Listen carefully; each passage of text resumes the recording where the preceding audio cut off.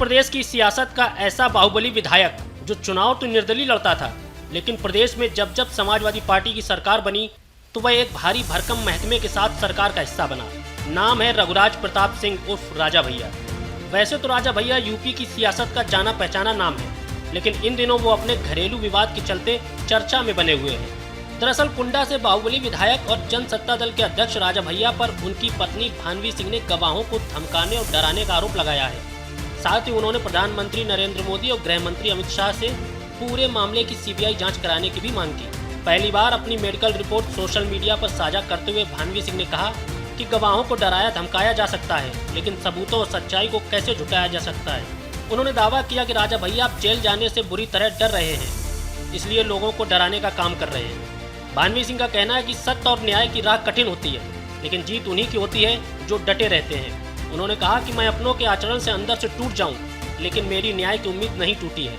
उन्होंने आगे कहा कि कई उदाहरण हैं जब गवाह बाहुबल के आगे झुक गए, धनबल के आगे मुकर गए, पद और करियर की लालसा में लोगों ने गलत बयानी की, लेकिन साक्ष्य सब पर भारी पड़ा। मुझे उम्मीद है न्याय जरूर होगा। राजा भैया पर बोलते हुए उन्होंने कहा कि उनके अन्याय और पाप का घड़ा भर चुका है। जो लोग डरा रहे हैं, दरअसल उन्हें डर है कि न्याय हुआ तो उन्हें जेल भी जाना होगा और सच्चाई पूरी दुनिया देखेगी। भानवी सिंह ने आगे कहा कि जब तक कोर्ट या पुलिस का प्रोटेक्शन नहीं होगा, ऐसे व्यक्ति के खिलाफ कौन सच बोल पाएगा। कोई ना बोल पाए, हर कोई डर जाए, लेकिन मेरे साथ हुआ उत्पीड़न आज भी बोल रहा है। मेरी टूटी हुई हड्डियां जो गलत जुड़ गई वो सच बोल रही हैं। उन्होंने आगे लिखा, एम्स की रिपोर्ट और अन्य मेडिकल रिपोर्ट सच्चाई चीख कर बयां कर रही है। इसलिए मैं 498A मामले में 2015 की मेडिकल रिपोर्ट और एम्स की 2024 रिपोर्ट साझा कर रही हूँ।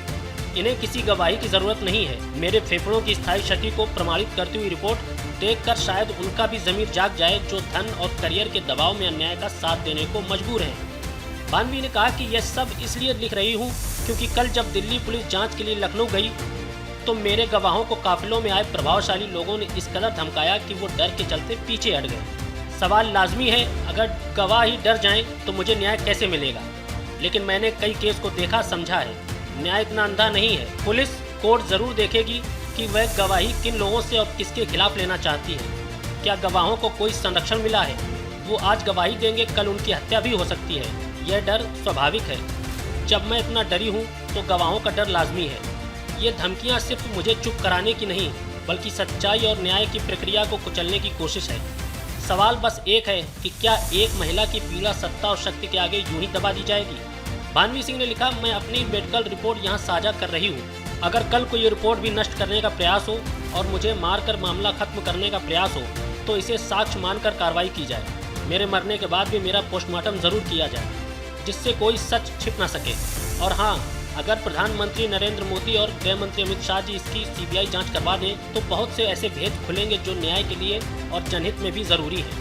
पीड़ित को मुजरिम बनाने की उनमें ताकत। इस दौरान भानवी सिंह ने कहा कि किसी ने मुझसे शुरू में ही कहा था, आप जिससे लड़ने जा रही हैं यह व्यक्ति कैसा है आपको पता है? मैंने कहा था, मुझसे बेहतर कौन जानता है, मेरे पति हैं, उनमें बहुत ताकत है, साक्ष्य को प्रभावित कर सकते हैं, गवाहों को तोड़ सकते हैं, पीड़ित को ही मुजरिम बनवा दे, यह ताकत भी उनमें है।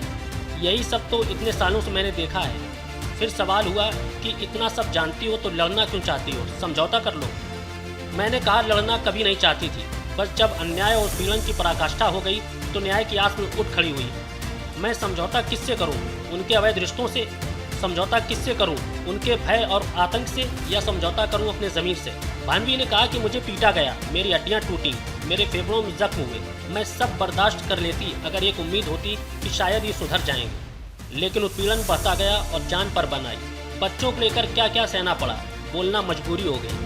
अवैध रिश्ता मेरे सब्र पर हर तरह से भारी पड़ रहा था। मुझे किसी ने कहा बच्चे भी टूट जाएंगे तो क्या करोगी? मैंने कहा कुछ नहीं करूँगी, बच्चों के लिए यही सब कुछ कर रही थी। अगर मुझे कमज़ोर करने से बच्चे मजबूत होंगे तो मैं बहुत खुश होंगी, लेकिन न्याय की जिस राह को मैंने चुना है उससे नहीं डिगूंगी। मुझे अंदर से बुरी तरह मार दिया है। अगर मैं जिंदा नहीं भी रहूंगी तो क्या हुआ? दुनिया कहेगी कुछ भी। एक ऐसे व्यक्ति से सच्चाई के लिए लड़ी जिससे हर कोई डरता था। उत्पीड़न को मजबूर लड़कियों का न्याय से लड़ने का हौसला बढ़ेगा। उन्होंने कहा कि जो डर लोगों ने मुझे दिखाया था आज वही हो रहा है। गवाह धमकाए जा रहे हैं, गलत गवाही दिलवाई जा रही है।